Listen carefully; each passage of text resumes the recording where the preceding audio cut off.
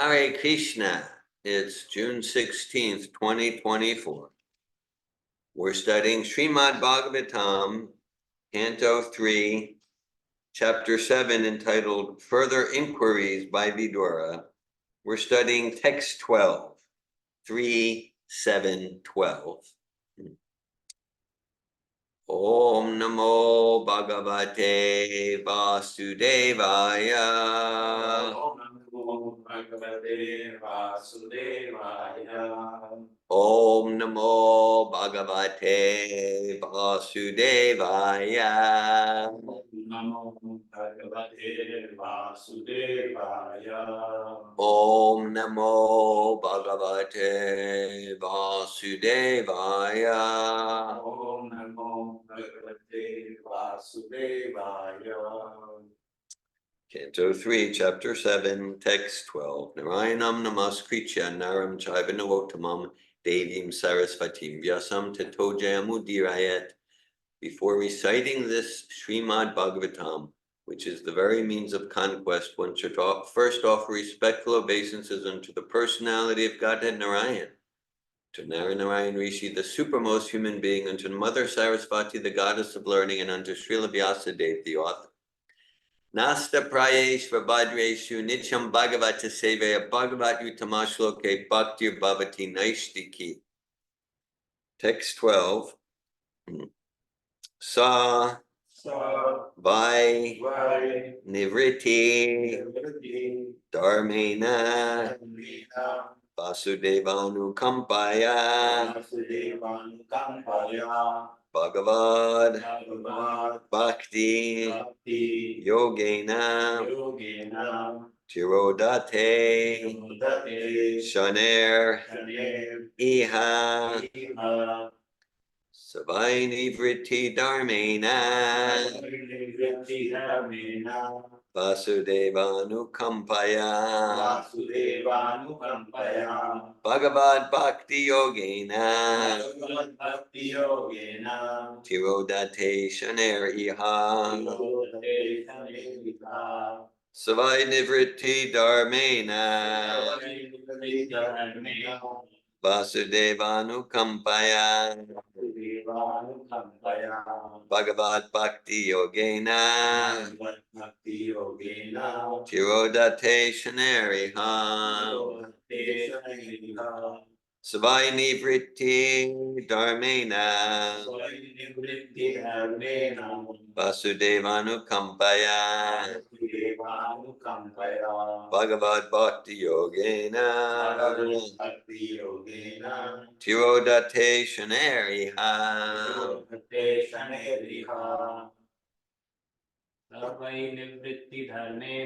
Savai Nivritti Dharmena Vasudevanu Kampaya Bhagavad Bhakti Yogena Tirodate Shaneriha Savai Nivritti Dharmena Vasudevanu Kampaya Bhagavad Bhakti Yogena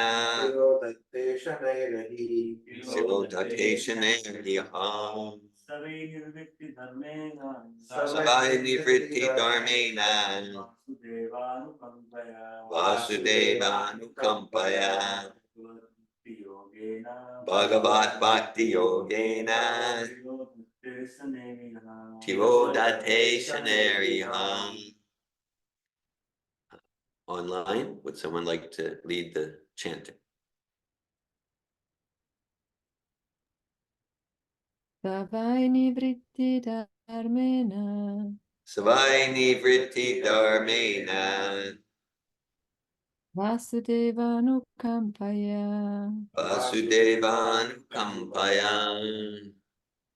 Bhagavat Bhakti Yogena Bhagavad Bhakti Yogena Tirodate Shanairiha Tirodate Shaneriha. We'll look at the word meanings.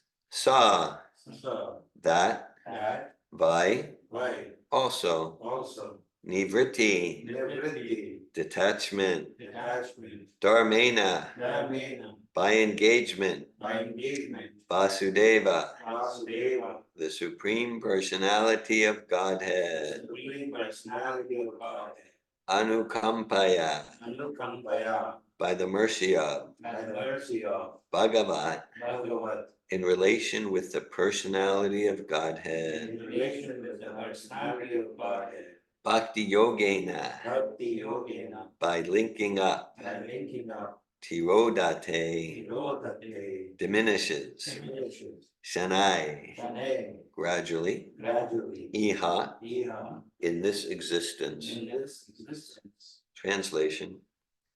But that misconception of self-identity can be diminished gradually by the mercy of the personality of Godhead Vasudeva through the process of devotional service to the Lord in the mode of detachment. Purport by His Divine Grace, A.C. Bhaktivedanta Swami Prabhupada. The quivering quality of material existence, which comes from identification with matter or from thinking oneself under the material influence of philosophical speculation to be God, can be eradicated by devotional service to the Lord, by the mercy of the personality of Godhead, Vasudeva. As discussed in the first canto, because the application of devotional service to Lord Vasudeva invites pure knowledge, it quickly detaches one from the material conception of life and thus revives one's normal condition of spiritual existence, even in this life, and frees one from the material winds which cause one to quiver. Only knowledge and devotional service can elevate one towards the path of liberation. The development of knowledge for the purpose of knowing everything without rendering devotional service is considered fruitless labor, and one cannot get the desired result by such labor of love. Lord Vasudeva is pleased by devotional service only, and thus his mercy is realized by association with pure devotees of the Lord. Pure devotees of the Lord are transcendental to all material desires, including the desire for the results of fruitive activities and philosophical speculation. If one wants to inquire the mercy of the Lord, he has to associate with pure devotees. Such association alone can, by degrees, release one from the quivering elements.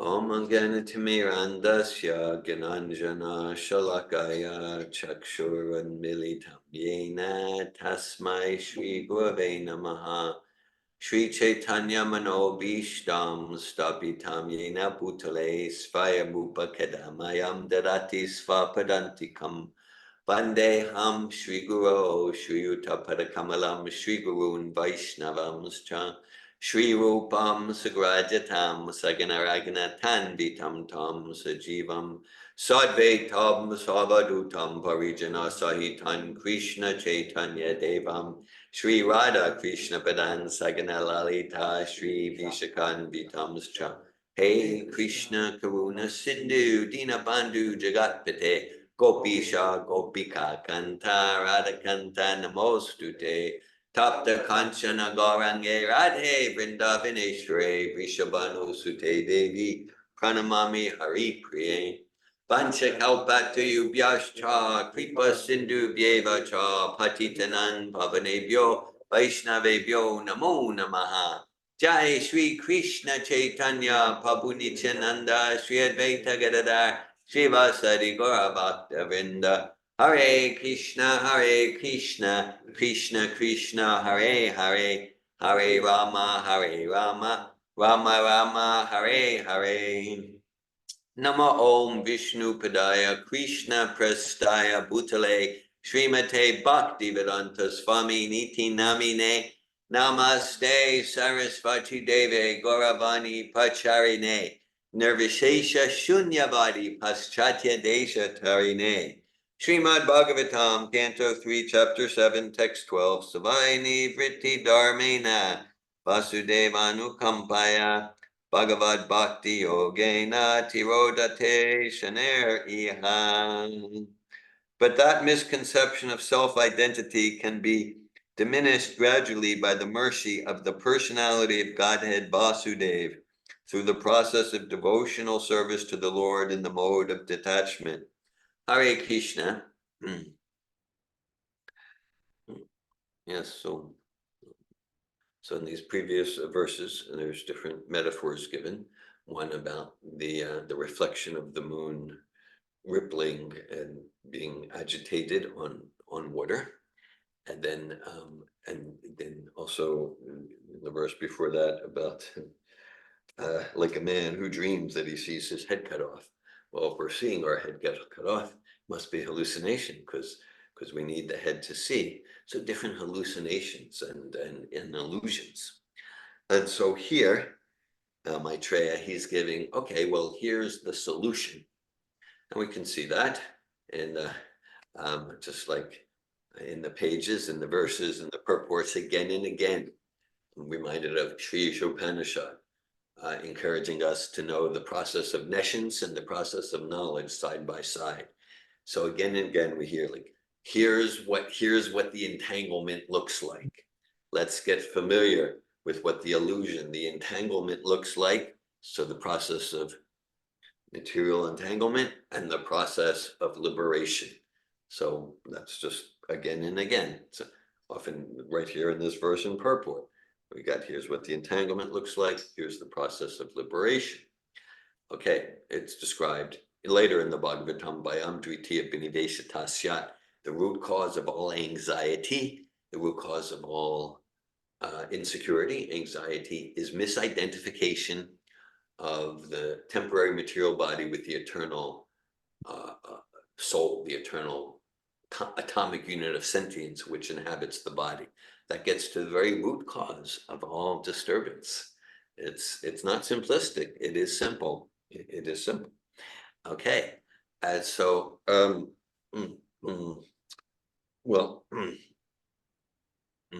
so we can yes. Okay, I'm reminded here, right? Like how the Bhagavatam came to be revealed. How the Bhagavatam. So, and this is described in like chapters 4 to 7 of the first canto. So Srila Vyasadeva is the revealer. We can say the writer, but it's not writing in any ordinary sense. We can call it it's transpersonal authorship. Okay, it's not like writing in a mundane sense and publishing. So Srila Vyasadeva, he's there at Samya Pras by the banks of the Sarasvati, around his cottage filled with beautiful berry bushes. This is all described. And anyhow, so he's feeling distraught. He's feeling distraught, disheartened, and so like he's like really by that time he'd already given the Vedas, right, the most sublime literary accomplishment ever. But he was depressed because he really had compassion. He wasn't in it just to like be a famous author or something. And be the New York Times #1 bestseller. That's my goal here. So no, he really wanted to help people, and he was distraught. And so Narada Muni, his spiritual master, comes along, and Narada Muni says, "I can see you're despondent. How come?" And so Vyasadeva, he says essentially, he says, "You don't need to ask." He really says, "You don't need to ask. You're naturally an embodiment of empathy." And essentially, that's what he's saying. Empathy at the essence, it means super soul connection, right? We're connected, super soul in our heart, super souls, someone else's heart, and we have clear, intuitive, transcendental sense of what's happening. So Vyasadeva said, "You don't need to ask. You know what's going." Narada Muni replies, "You're right. You're right." He said, "Yeah, right." He said, "Yeah, because like you gave all this sublime literature, and it's Vyasam Tirtham. It's like a pilgrimage place for Vyasam, for crows. Let's keep in mind, it's not like Vyasadeva was giving some cheap romance novels or something. He was giving the Upanishads, the Puranas, the Atharva Veda. But Narayana Muni is like, it's like a place where, crows go to peck on blood and garbage. So, yes. Then Narada Muni goes on. Tadvad Visargo Janataga Viplavo Yasmin Patishloka Yadapade Vatnyapi Namanyananta Shon Kitanyach Shidvantikayanti Grinanti Sada. He goes, but there's a literature of a completely different quality. Not like a little better, a lot better, just a completely different quality.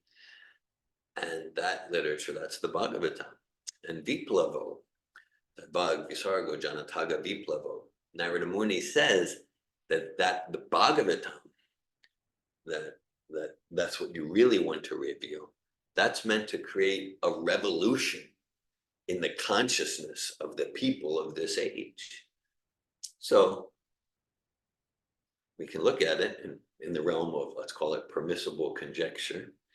So if we look at the history, we can see over history, the hundreds and thousands of years, the Bhagavatam has certainly been appreciated and profoundly adored in different villages in India, like that.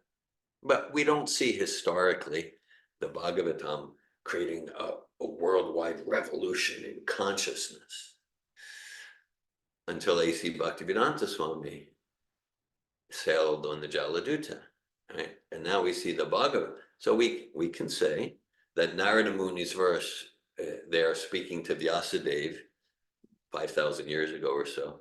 Narada Muni is predicting the appearance of Srila Prabhupada. So Srila Prabhupada's about, now the Bhagavatam's creating it. It's like, here we are in North Florida, discussing the conversation between Vidura and Maitreya.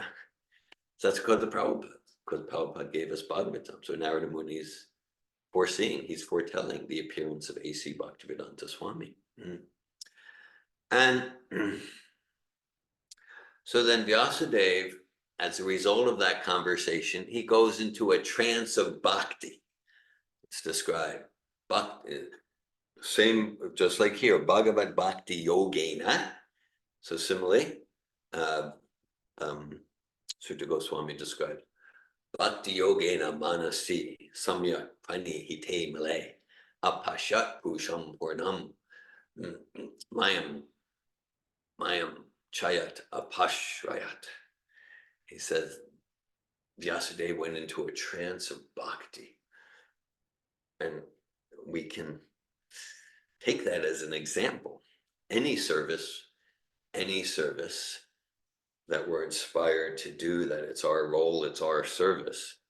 The principle is to not be mechanical, but anything from this deep, from this a trance-like state, not trance like zombie, but trance, getting to putting our consciousness in the very source and substratum of all consciousness, and being inspired, whether our service is distributing books, establishing a bhakti community, sharing a Srimad Bhagavatam class, preparing prasad, honoring prasad, any service, caring for our family members. We have the opportunity to be inspired by Srila Vyasadeva and cultivate that bhakti yogena manasi, a full trance of bhakti. So he went to a trance of bhakti, and as a result of his conversation with Narada Muni, and then he got clear vision. He got clear vision. Apashat Pusham Purnam. Clear vision that the complete realization of the absolute truth is Sri Krishna, the personality of Godhead. And Krishna is controlling Mayam Chayat, Apashrayat, is controlling the material energy in reciprocation with the desires of the jiva souls. Yaya Samo Hitao Jiva Atmakam Trigunatmakam Paropi Manute Nartam Tatkritam Chavipadyate. So he saw the spirit souls, the jivas, that's us, suffering. And the suffering, he's seeing past, present, future. Vedaham Samatitani, Babishani, Tavarajuna, Babishani, Chabutani, Mamtuveda, Nakashchana. Just as, so Vyasadev's a literary incarnation of Krishna. So just like Krishna sees past, present, and future, so does Vyasadeva. You can see the sufferings increasing, Yaya Samohito Jiva, and the root cause of all the suffering, again, is the misidentification of the eternal spirit self with the temporary material energy. We're thinking we are that dream person, as Nietzsche Gopal was elucidating in the class yesterday. We are that person in the virtual reality game. Okay, we are this. Yeah, we are this body, and the upadi is connected with this body. And so you saw the suffering, and out of compassion, anarto pashamam sakshat bhakti yoga madhokshaje. Just like it says in this verse, bhakti yogena, the word for word from Prabhupada, by linking up, yoga, to link up in bhakti. That's the essence of yoga, the self turning towards itself in self-realization and turning towards Krishna in a spirit of devotion. That's linking up. Anarto pashamam sakshat bhakti yoga madhokshaje. Lokasya janatad vidvams. Chakre satvita samhitam. So then, again, just like this verse. So Srila Vyasadeva, he saw the problem, the entanglement, the suffering of the spirit souls because of misidentification with matter. It's a very pathetic, embarrassing situation for the glorious spirit soul. And Vyasadeva saw the solution, Bhakti Yoga Madhokshaje. And as a result, Chakre Satvita Samhita, he revealed the Bhagavatam. That he revealed the Bhagavatam as a result. And as so this is, our entanglement of individual on the whether it's the group level, community level, that this misidentification with the body. I was mentioned last night, my son Abi visited. We talked about a few topics. And we talked about some book we read. And in this book, it's described that in some tribes, the word for their own race translates as the real people. Now, we're not pointing the finger at those tribes, but because that's what, to the extent we're in material consciousness, that's what we're doing, right? Okay. People who look like me and think like me, and people who are in my group, whether it's political, racial, national, we're the real people. But there are some tribes the language is actually defined, the real people. Okay. So then that gets to the core of material consciousness, the thinking that I'm this upadi, this false identification. And we could say, there's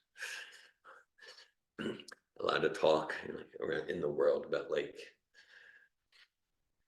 racism and sexism and classism and all the isms. All right. And so we can see that, and the fact is,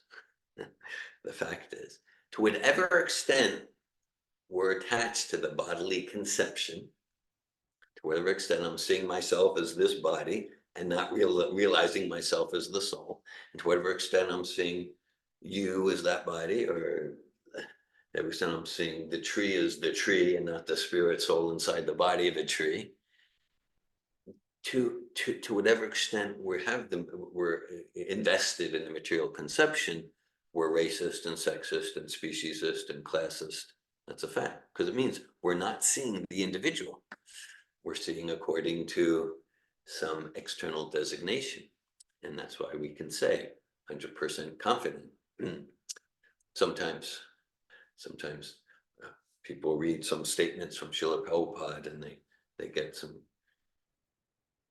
critical conceptions. We can say, so actually about 2 months ago, we published a publication called Srila Prabhupada Shastra, Perspectives on the Infallibility of Srila Prabhupada. And so I state there with full confidence, yeah, that because Srila Prabhupada always saw and always is seeing everyone as the spirit soul. Jiva Rasupoi Krishnera Nishchadas, Krishnera Tatasta Shakti, Beta Beta Prakash, spirit soul, servant of God, servant of Krishna. Never seeing anyone according to the external vehicle, the external machine. That's why it is true to say there's never anyone who walked this planet. There was never anyone who walked this planet who was as free from all of the isms as Srila Prabhupada. Okay. So in this verse, the development of knowledge for the purpose of knowing everything without rendering devotional service is considered fruitless labor, and one cannot get the desired result by such labor of love. So there's a well-known, often quoted verse in the 7th chapter of Bhagavad Gita, Bahunam Janmanam Te Gyanavan Mam Prapadyate Vasudeva Sarvamiti Samahatma Sudurlabha. That if one is sincere on the Jnani path, we can see that word Jnani, it's like the root of English words like knowledge, to know. Jnani starts from there. It's the root, the Greek gnosis, the gnosis. So if one's sincere, then eventually one will come to the path, one will come to Bhakti. Bhakti, that's the original nature of the soul. Sometimes we talk in terms of be, do, have. So there's being and there's doing. Philosophers have discussed this for a long time. So we can think of being and doing separate, but then Krishna says they're really one. 3rd chapter of Bhagavad Gita, Krishna emphasizes as soon as there's being, there's doing. As soon as there's being, there's doing. And we sometimes in New Age, personal development type environments, we are here like, yeah, just be. Just be. Well, fine, except it's impossible to just be. So give it up. No, as soon as there's being, there's doing. It's our nature, just like it's the nature of sugar to be sweet. It's not like the sugar needs to, okay, now you're sugar, now try to be sweet. Work on it. Set a goal. No, sugar's sweet. Fire's hot. Fire's hot. You're not going to separate. So it's the nature of the soul to do. And that doing will always be a form of service. Now, our choice is how to direct that service. And we could direct it in ways that are tamasic, rajasic, sattvic, or ultimately Shuddha Sattva. Shuddha Sattva, it's a synonym for bhakti. That's pure Sattva. That's pure Sattva. And so, and to the extent that we direct our propensity for service towards serving Krishna under the guidance of his pure devotee Srila Prabhupada, then we're completely peaceful. And it's a very dynamic peace. It's not a stagnant peace. It's very, very dynamic, active peace. Yeah. Right. This one, I just read a conversation recently with Prabhupada. they're asking Prabhupada, yes, how can we come to Krishna? How can we see Krishna? Something like that. Prabhupada said, he said, by your anxiety. Oh, but no, I want spiritual life now. I want to be peaceful. No. When Srila Bhaktivinoda Thakur said, he's talking to Krishna. He says, anxieties undertaken in your service are the source of my greatest ecstasy. So just like everything in the virtual reality, it's just shadow and it has no substance. But it has its counterhole in the reality. So that in the virtual reality, oh, there's trees and there's a river, so it's all just dark, gray, digital stuff. But so there's nothing there. But we can get a sense, oh, it's the fact that exists, there must be a real river and real trees and real sky. Let me experience that. So yes. So there's real anxiety. That is, it could seem contradictory, but on the transcendental, that anxiety, how can I spread Prabhupada's movement? How can I be more avyarta kalatvam? Avyarta kalatvam means it's a quality of a devotee. It doesn't want to waste a moment outside of serving Krishna. How can I be more urgent in Krishna consciousness? Yes, how can I be more expert and effective in communicating these sublime principles that bring joy to everyone? Okay, so that's like healthy anxiety. And the way, well, because there's spiritual sadness, there's spiritual envy, there's all the emotions. And the key is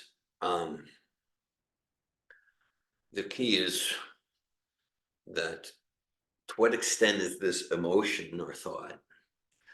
To what extent is that moving me to be dampened in my enthusiasm, to just want to hide under the covers, to be more and more alienated from the joy of the self?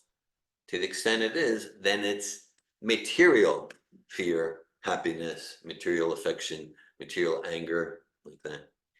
And to the extent that the feeling or the emotion is moving us to deeper enthusiasm, deeper inspiration for self-realization and for serving Prabhupada's mission, then it's spiritual. Okay, like Krishna's Kaviraj Goswami, he says, Jagai Madai, Hoite Muni, Se Papishta, Pusher, Kita, Hoite Muni, Se Lagishta. He says, I am more sinful than Jagai and Madai. I'm lower than the worms in the stool. Moranama Shuni Ye Tara Kshaya Punya Moranama Laya Lay Tara Papahaya. And he says, anyone who hears my name becomes sinful. Anyone who recites my name loses his pious credit. So we might think, he needs a self-esteem seminar.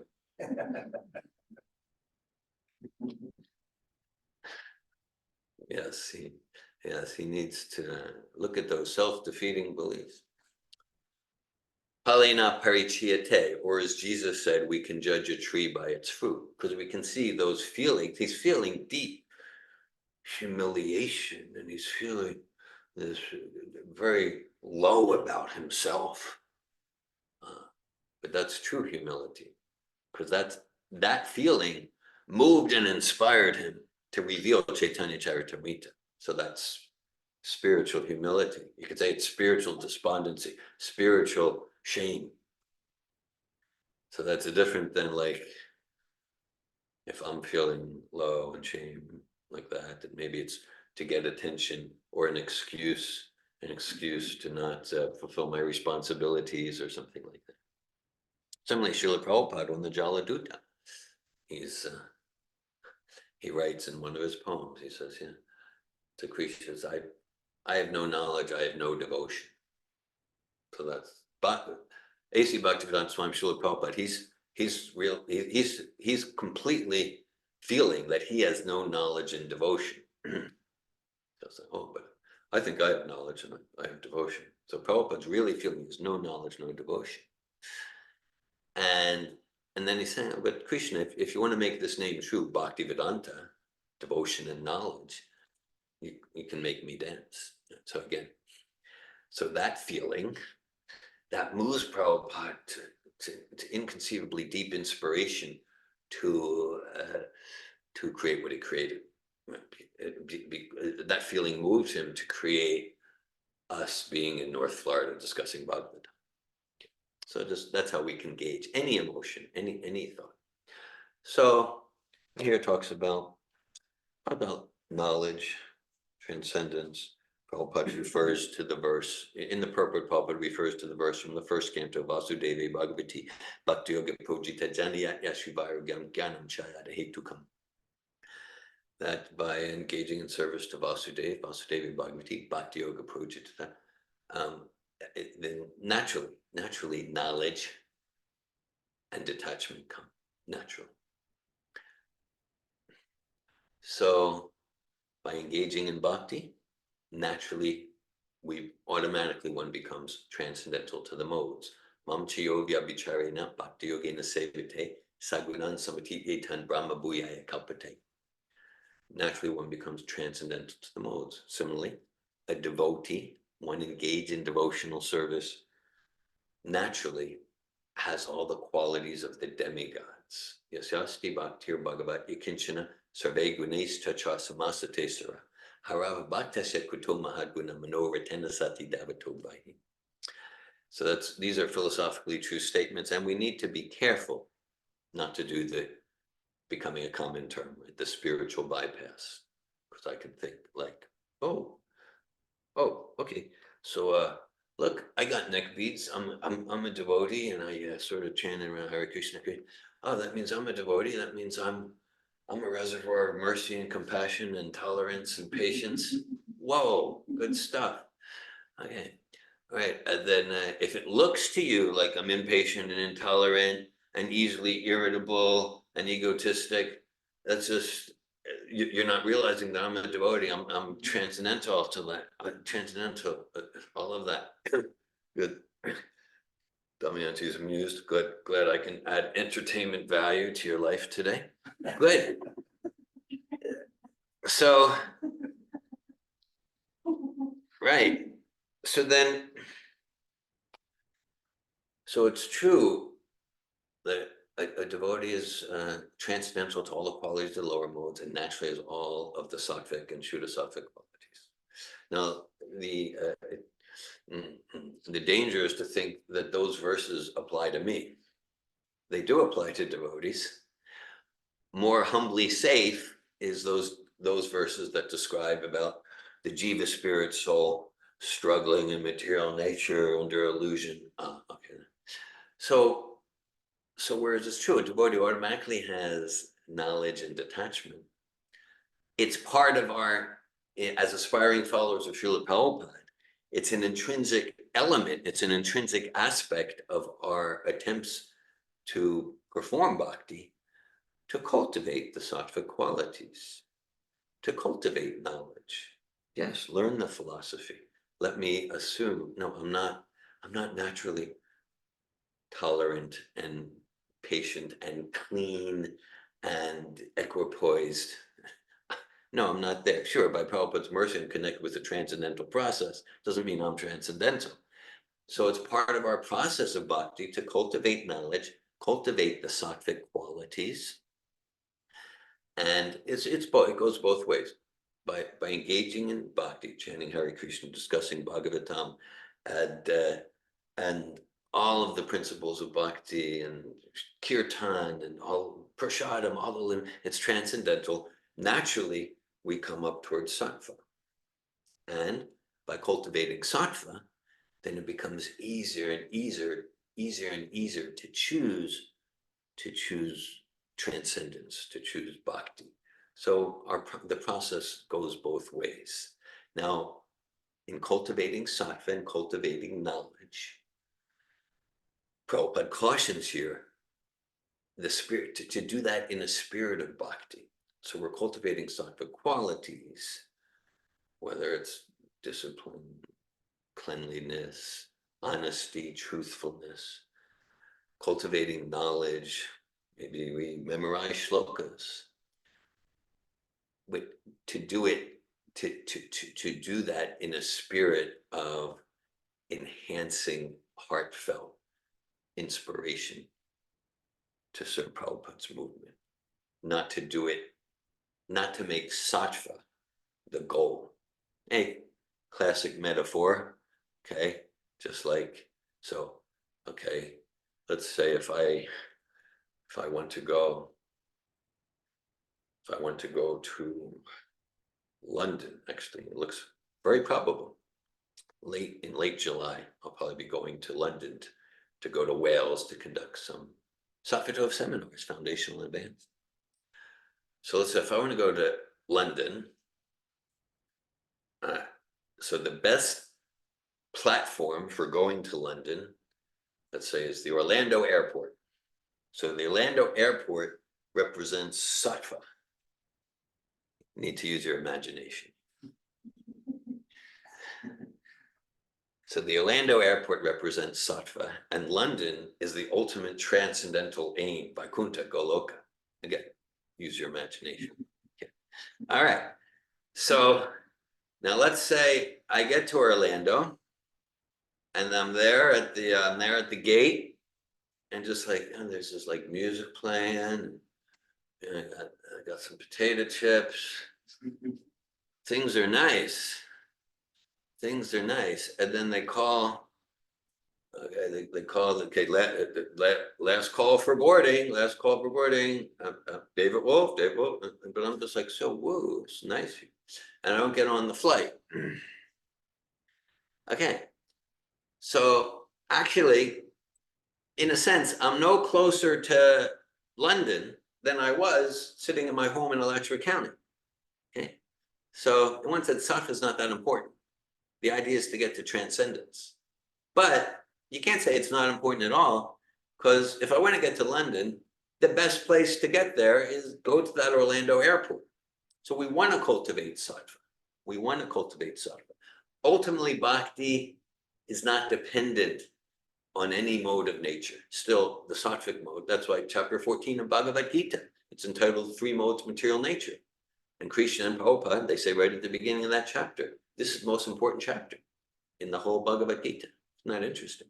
Krishna's already talked about pure devotional service and the most confidential knowledge. So one way to understand that is Krishna saying, because this chapter meets you where you're at. Where is that?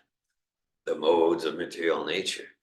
Let's say if there's a ladder, we can say, what's the most important rung on the ladder? Say, well, the top rung. Or we can say, the most important rung is where my hand is at now. So Krishna says, cultivate sattva. That's a platform for liberation. That doesn't mean that bhakti is dependent on material sattva. Okay. And then just in closing, again, last night, Abhi and I had some conversation. Abhi's my son. And so sometimes we talk shopping. He's a psychotherapist. He's a counselor in Gainesville. So we're talking about different methods of counseling and therapy and psychotherapy and transformation and things like that, while we were appreciating prasad prepared by Hari Gopal Prabhu. Hare Krishna. Yes, I mentioned to Nitya Gopal and Hari Gopal that following the legacy in the line of his father, Abhi has realized there's many limbs in the path of bhakti, but the most important limb of bhakti is prasada. So father and son are aligned at least on that point. Maybe not other points, but at least there. So anyhow, we were talking about different methods, and Abhi's using methods in his psychotherapy that I haven't learned. Hare Krishna, thank you, Damayanti. Yes, so yes, I did look there, and so there's different methods, and it's one sense whether it's a catharsis method or looking at belief systems or personality types, and they can be very effective. And the idea is to raise awareness. The essence of sattva is to bring to conscious perception that which till now has not been perceived. So that's sattva. Still, and Prabhupada emphasizes right at the beginning of Bhagavad Gita that simply by cultivating sattva, one transcends their karma, one changes their karma. But, so that's true, that's important.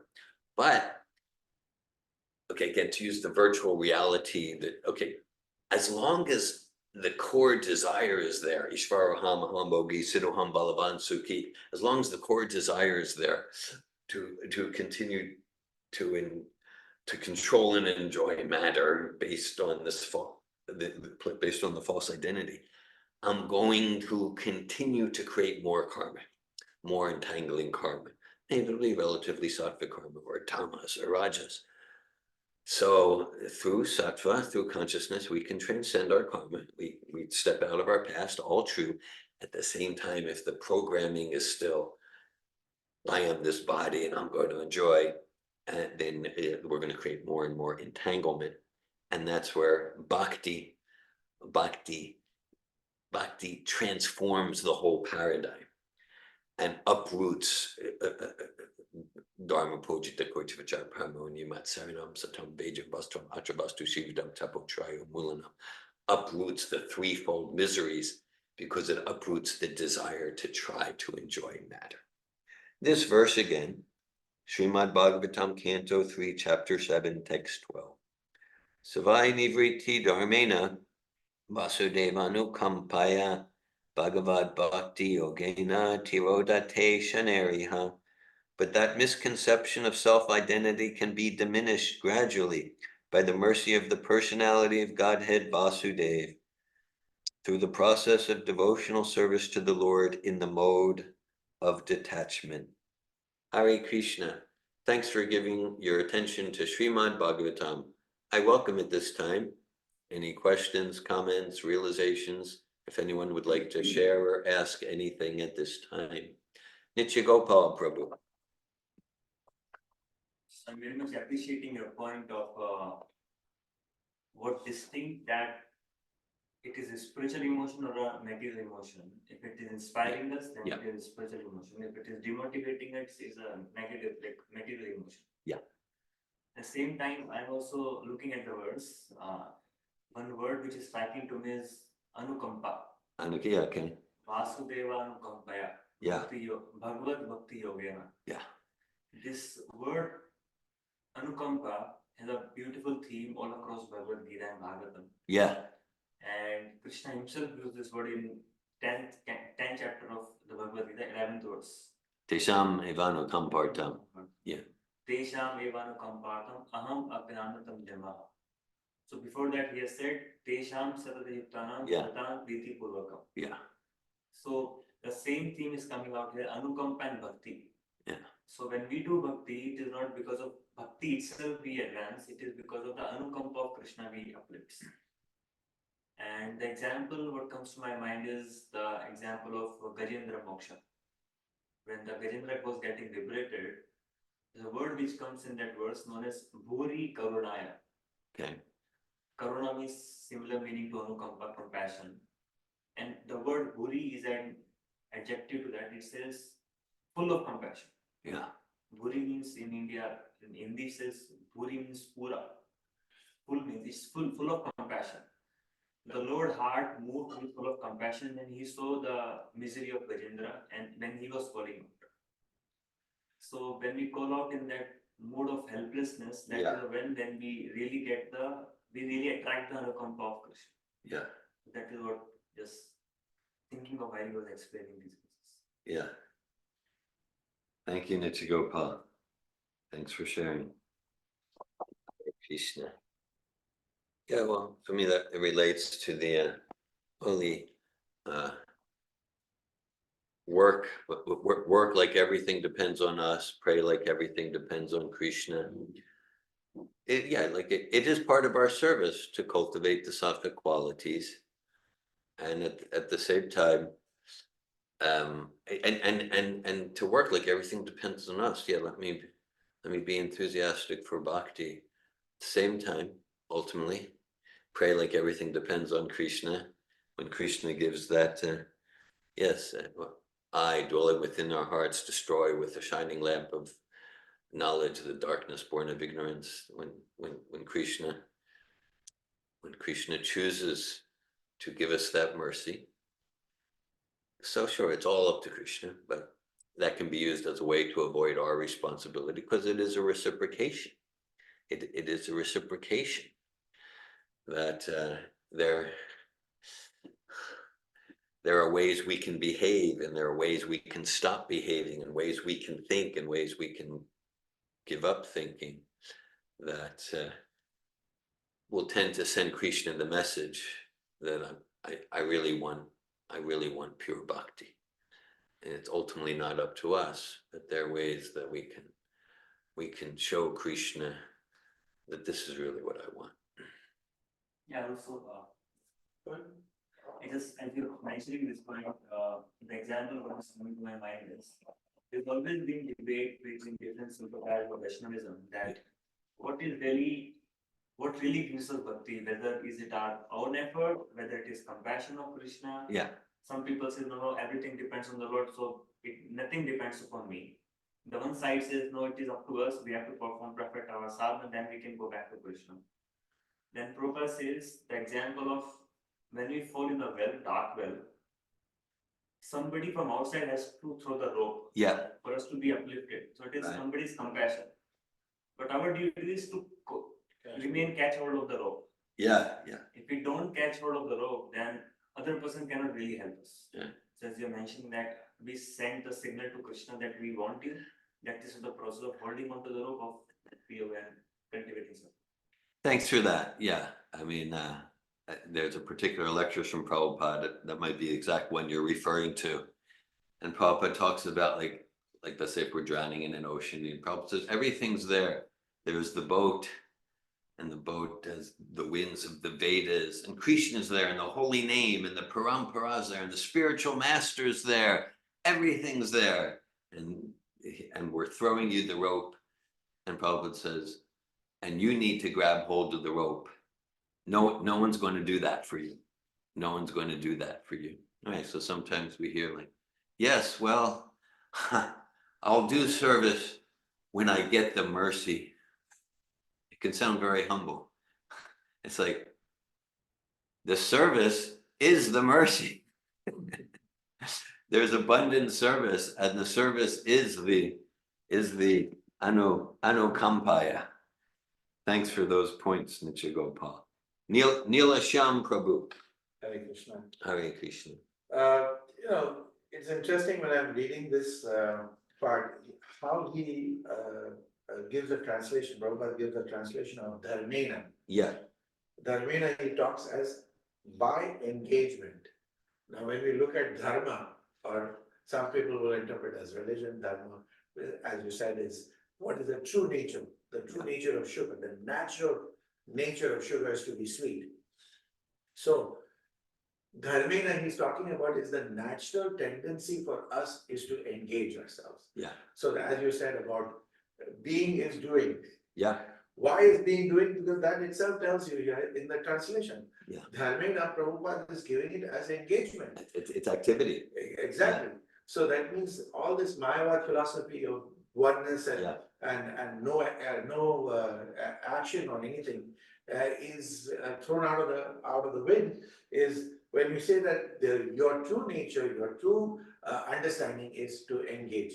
But what kind of engagement is up to us? And that is why he talks about Bhagavad Bhakti Yogena. Oh, yes.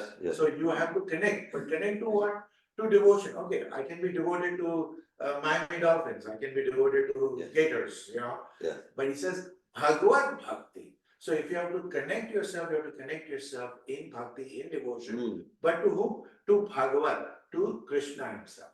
So very specific dharmena.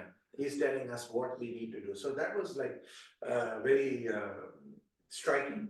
And what is the consequence of this Bhagavad Bhakti Yogena? He's talking about in the fourth line, as you see. Yes. Tirodhatte. Tirodhatte diminishes. Yeah. Diminishes what? Sane, gradually, what? Iha, this very existence. You see? So if you were to just think about this shloka, it encompasses everything. Like that is why it reminds me of Shodhagiri Babu talking once, is that he was with Prabhupada, and Prabhupada says, if people could read this book, Krishna book, that's it. They'll go back to God. Yeah. Then he says, no. If they read even one chapter, that's it. No. Even if they read one shloka, and that's it. And that reminds me of this particular part, that if you were to just understand. But I have one question. Here he refers to Vasudeva, the Supreme Personality of God, as Vasudeva. Yeah. When we know that Vasudeva means the omnipresent potency of Krishna. Why is he addressing it as Vasudeva and not as Krishna or Bhagavan? That is my question. Okay. All right. Yeah, Vasudeva is used here, the Supreme Personality of Godhead. Thank you, Neela Sham Prabhu, for your comment and question. Well, I don't know where we'll go with this. I'm very enlivened by your comment and question. Yes, so we're going to be engaged. The sugar is going to be sweet. We're going to be engaged, and to the extent, and we're going to be connected with the Miami Dolphins or with the political news or whatever it is. And to the extent that we direct our engagement anywhere other than absorbed service and Supreme Personality of Godhead, then referencing the previous verse, we're going to be agitated. It's going to be like the moon on the water. We're going to be not peaceful. We're going to be disturbed, distressed, until we come to that connection. Yes, until we come to linking up in true bhakti. And Prabhupada often emphasizes bhakti can only be for Krishna or Vishnu Tattva. You can have bhakti for Nrsimhadev, for Ramachandra, but not for a demigod or not for a football team or like that. I have bhakti for my country. Well, if it's unless the emperor is Maharaj Yudhisthira, it's not. We can't call it bhakti, and we can't call it bhakti. So until then, we're referencing the previous. Or there's always going to be disturbance on the water, on the mirror of the mind, Chaito Darpana Marginam. And then, okay, so why Maitreya here is using the term Vasudeva, and it's Vasudeva with the long A, so it refers to Krishna. I'm not claiming to know Maitreya's psychology, and I appreciate it because that's really the first line of Bhagavatam. Om Namo Bhagavate Vasudevaya. Oh my Lord, Sri Krishna, son of Vasudeva. Oh, all-pervading personality of Godhead. I offer my respectful obeisances unto you. So Vasudeva means the all-pervading person. Adantarasta Paramanu Chantarasta, in every atom. Sarvasya Chaham Vidisani Visto, in the heart of all living entities. So this is so bhakti, this is so Vaishnava at the substance, because there are different theories about what's the very core of existence. Some say at the core of existence is nothing, or at the core of existence is matter, subatomic particles, or at the core of existence is the spirit soul, which is getting closer, but still not there. At the core of existence, there's the Brahmagyoti, the all-pervading oneness, the spiritual light. It's getting closer. No, at the core of existence is transcendental personhood, is Vasudeva. That's the very substratum of existence. So, okay, so again, we can see whether it's Arjuna speaking to Krishna in Bhagavad Gita. Arjuna he calls Krishna Rishikesh. Of course, Sanjaya really doesn't refer to Krishna as Krishna. He refers to Krishna as Bhagavan, Sri Bhagavan Uvacha. In Bhagavatam, so many names for Krishna. Why exactly Maitreya is using this name? But, well, so Vasudeva, so here's just my permissible conjecture, is that Vasudeva refers to the all-pervading person, and it's also a very personal name, because we know because it refers to the son of Vasudeva. The Vasudeva refers to the son of Vasudeva and Devaki.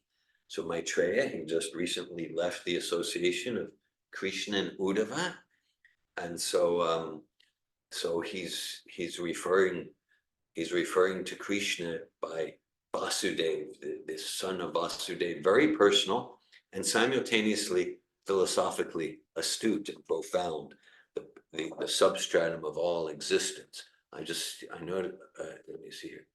Okay, all right.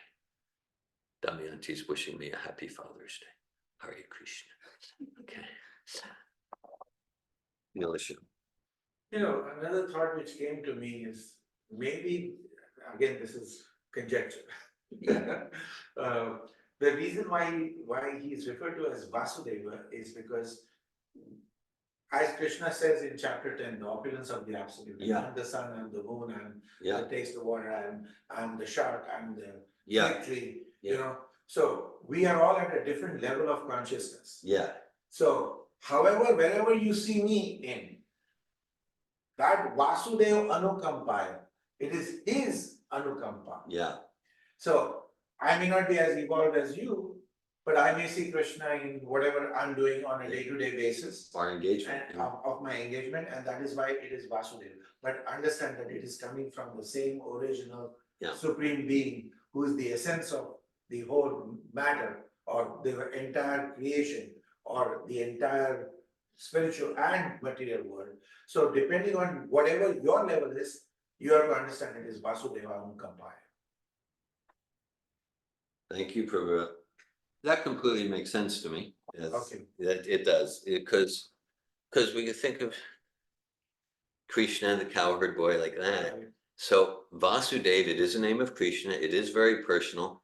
And in this section of there's many sections of Bhagavatam where creation is material creation is extensively described in a way that's connected with Vishnu.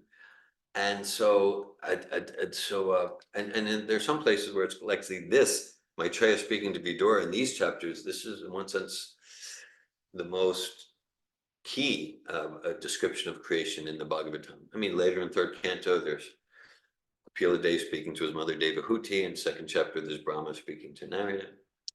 But if Vasudeva indicates the very substratum of all existence, including material existence, including the taste of water and the fragrance of the earth. So Vasudeva is a personal name for Krishna that really gets at just like the chapter of Vyuha, that Vasudeva is like the source of material creation. Makes sense to me. Just additional point to this. It's mentioned that if you see the series of verses, it is all about getting freed from three modes of material nature. Yeah. Tri dhatte shaneriha. Yeah. And Vasudeva is a state which is transcendental state. We also say Vasudeva Bhagavati Bhakti Yoga Prayojita. Then only when we reach the Vasudeva state, Bhakti develops. And so it makes sense to me that Vasudeva means we are gunning for that transcendental consciousness, wherein we are diminishing that three influence of three modes of material nature. Oh, nice. Thanks for that. I appreciate that. Thank you. And also, as Prabhu mentioned about what we are doing, we are able to see Krishna there. It is also at what mode of material nature we are at, and slowly uplift from there. Hare Krishna. Appreciate these realizations. Any other comments or questions or realizations from anyone? Anandini.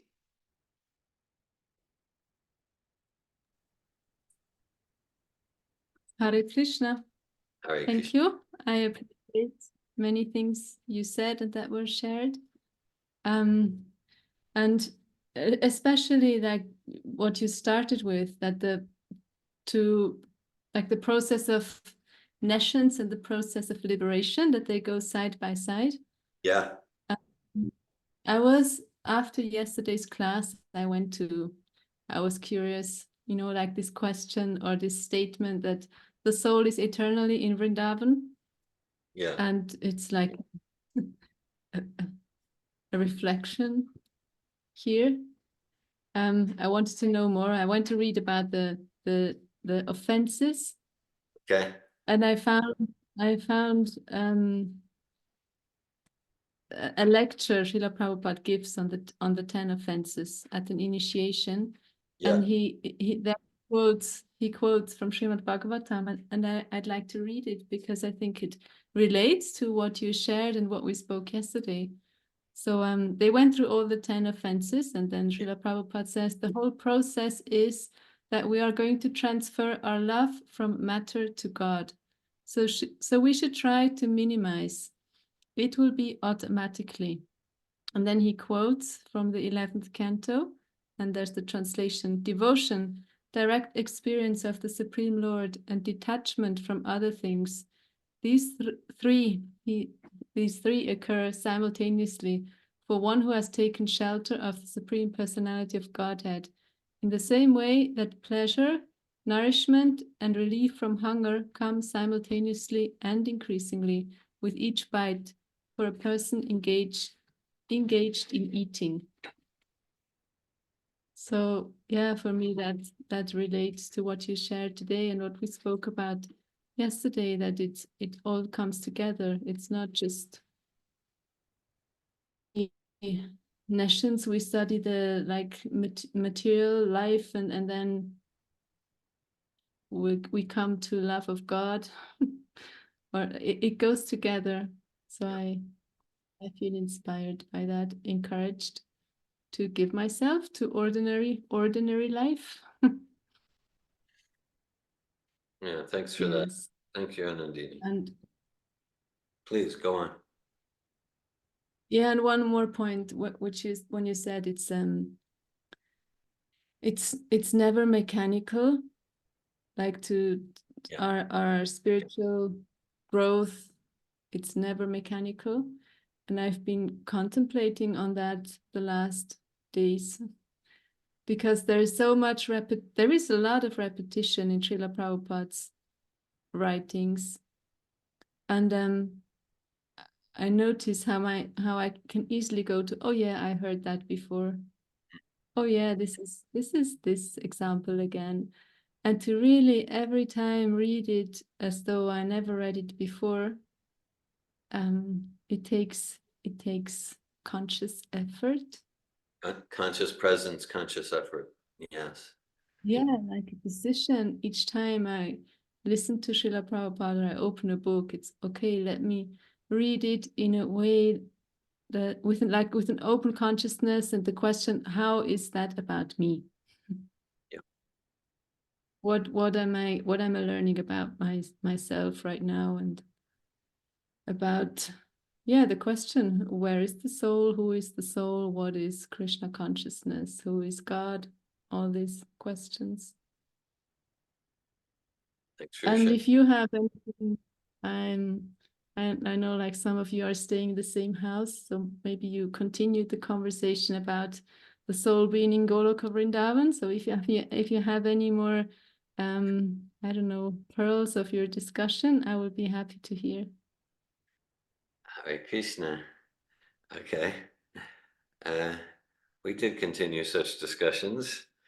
Well, one thing, yeah, basically, it's just ordinary material activities, and then to the extent, and this relates like Naveen Krishna Prabhu's comments yesterday, to the extent as we're progressing in Krishna consciousness, that nothing's ordinary. I'm reminded of, like, at the end of Bhagavad Gita, Sanjay says, like, this is a thrill at every moment. Yeah.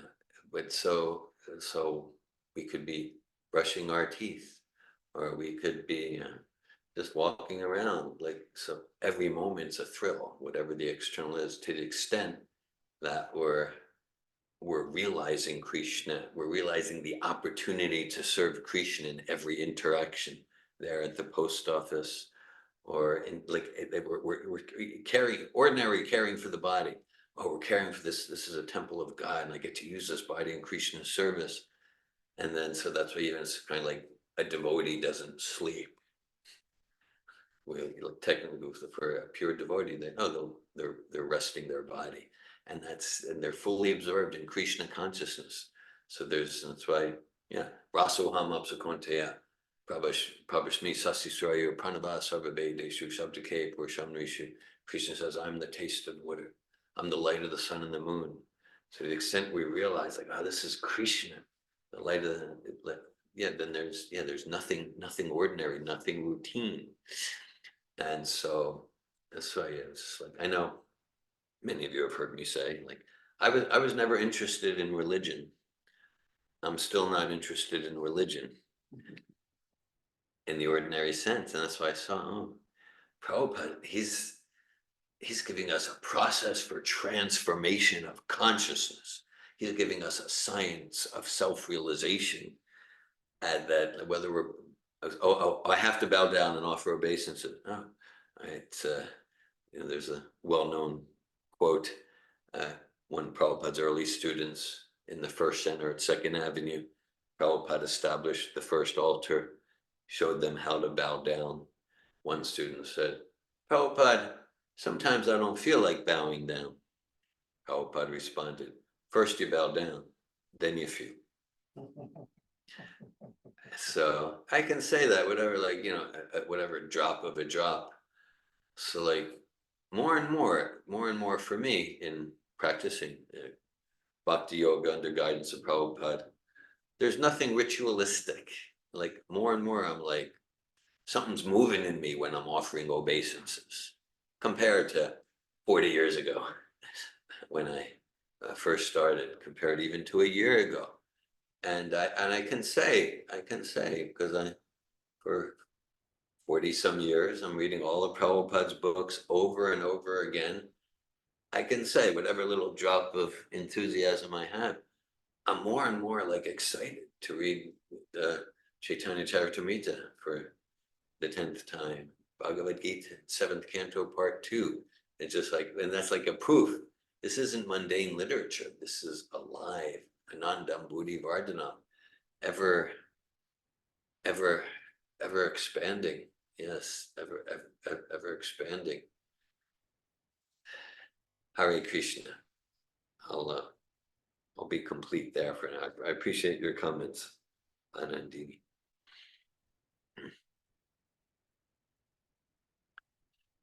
Any other comments or questions or sharing or realizations?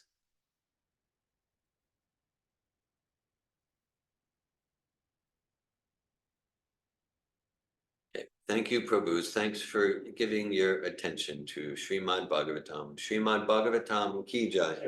Srila Prabhupada ki jai. Hare Krishna.